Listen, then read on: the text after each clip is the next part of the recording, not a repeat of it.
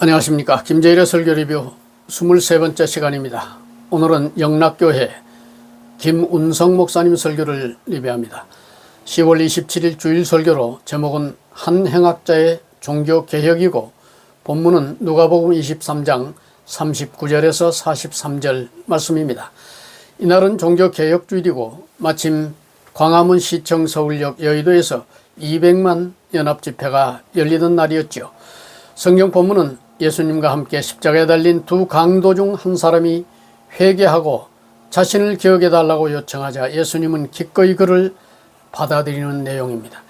종교개혁은 1517년 10월 31일 마틴 루터가 당시 캐톨릭의 면죄부 부패상을 보면서 비텐베르그 대학 군의 예배당 출입문에 95개 조항의 반박문을 써붙인 것이 계기가 되었다고 합니다.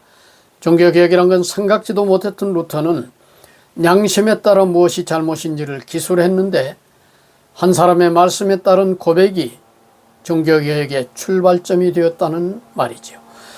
종교개혁이라면 성직자 혹은 경건한 사람들에 의해 행해질 것 같은데 하나님께서는 뜻밖에도 종교개혁과 전혀 관계없을 것 같은 한 행악자를 통해 신앙개혁이 무엇인지를 우리에게 가르쳐주고 있다고 설교자는 말합니다. 그 강도는 젊은 시절 어떤 꿈을 가졌든 간에 그의 인생의 종점은 십자가였고 지금은 십자가에 달려 아무것도 할 수 없는 모든 게 불가능한 상태였다. 그러나 그때도 그는 할 수 있는 일이 있었다. 그것은 바로 예수님을 찾는 일이었다고 설교자는 말합니다. 42절에서 예수여 당신의 나라에 임하실 때 나를 기억하소서라는 그의 기도는 모든 크리스찬이 반드시 드려야 하는 기도의 모범이라는 것입니다. 어떻게 그 강도는 그런 위대한 말을 할 수 있었을까요? 설교자는 그의 말은 우선 자기 부정, 자기 포기를 담은 말이요 모든 것이 실패했다는 자기 선언이라고 말합니다. 둘째, 편법, 불법, 악법은 잘못된 것이요 전혀 다른 방법으로 세워지는 나라가 있음을 깨달은 것이다. 다른 강도가 예수님을 조롱할 때 그는 하나님이 두렵지 않느냐? 우리가 죽는 것은 마땅하지만 이 사람이 행한 것은 옳지 않은 것이 없다. 그는 예수님이 전혀 다른 위대한 나라를 세우고 계심을 알았던 것입니다. 셋째, 그 강도는 자신은 완전히 실패했으나 예수님의 나라는 성공할 것을 알았다고 설교자는 말합니다. 그래서 그는 예수여 당신의 나라에 임하실 때 나를 기억하소서라고 했고 예수님은 내가 진실로 내게 이르노니 오늘 내가 나와 함께 낙원에 있으리라고 하셨다는 것입니다. 사실 예수님은 그 시대뿐 아니라 앞으로 올 시대 모든 사람에게 이 말을 하고 있다고 설교자는 말합니다. 죄인 사형수도 괜찮다. 악인이라도 나를 의지한 사람은 내 나라 백성으로 맞아주겠다. 그것도 오늘 당장 그것을 허락하겠다고 했습니다. 그래서 주님의 나라는 위대한 나라라고 그는 말합니다. 그의 믿음의 고백을 주님은 기꺼이 받아들이셨는데 고백한 순간 그는 주님을 기쁘시게 한 사람이 되었다는 것입니다. 그것은 바로 한 행악자의 신앙 개혁이고 종교 개혁이었다고 설교자는 말합니다. 어떤 개혁일까요? 자기 방법, 노력, 힘, 수고로 뭔가 해보려던 것을 포기하고 예수님의 은혜에 자신을 맡긴 것입니다.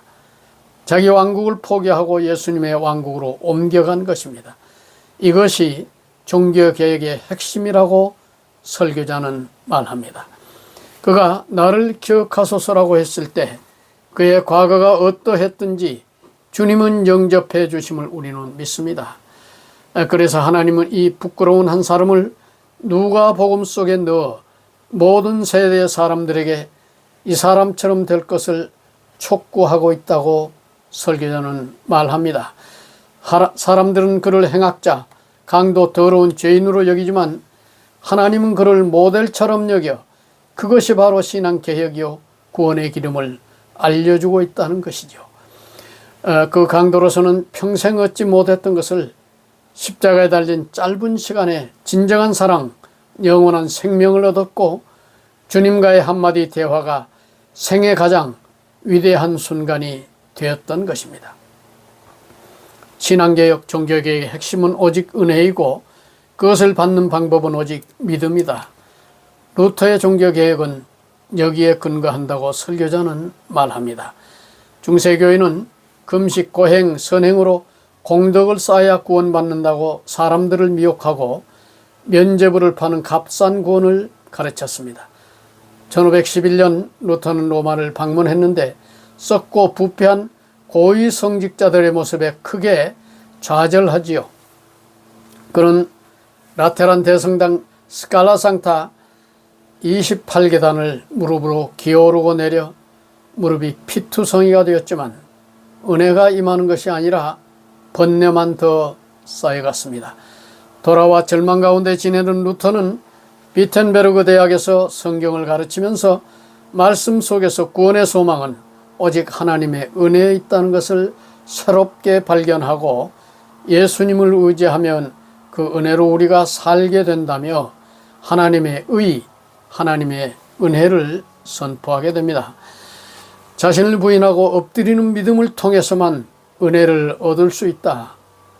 돈 주고 사는 것이 아니라며 면죄부를 반박합니다. 그 내용은 바로 행악자의 한마디 기도에 다 녹아 있다고 설교자는 말합니다.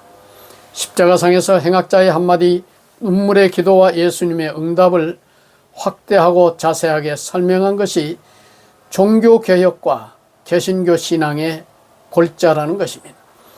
설교자는 우리의 종교개혁도 이 원리로 돌아가야 한다고 강조합니다.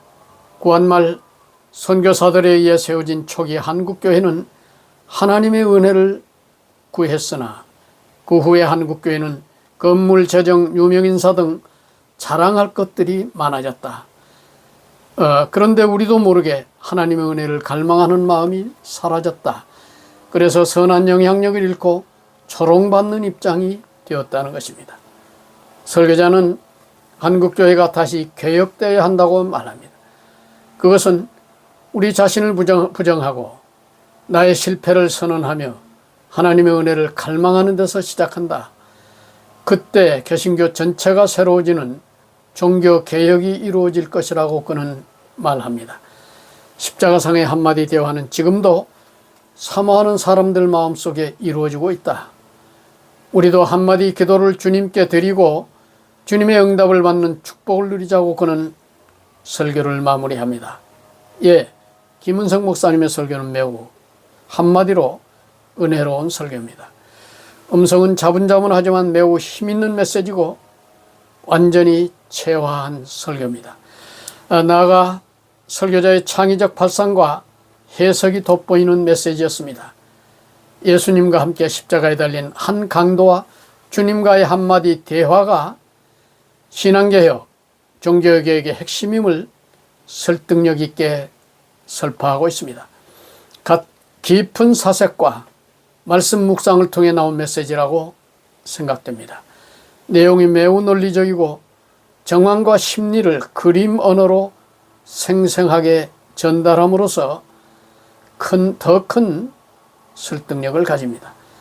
이어 나오는 김 목사님의 설교를 시청하시기를 권장합니다. 감사합니다. 김재일의 설교 리뷰였습니다.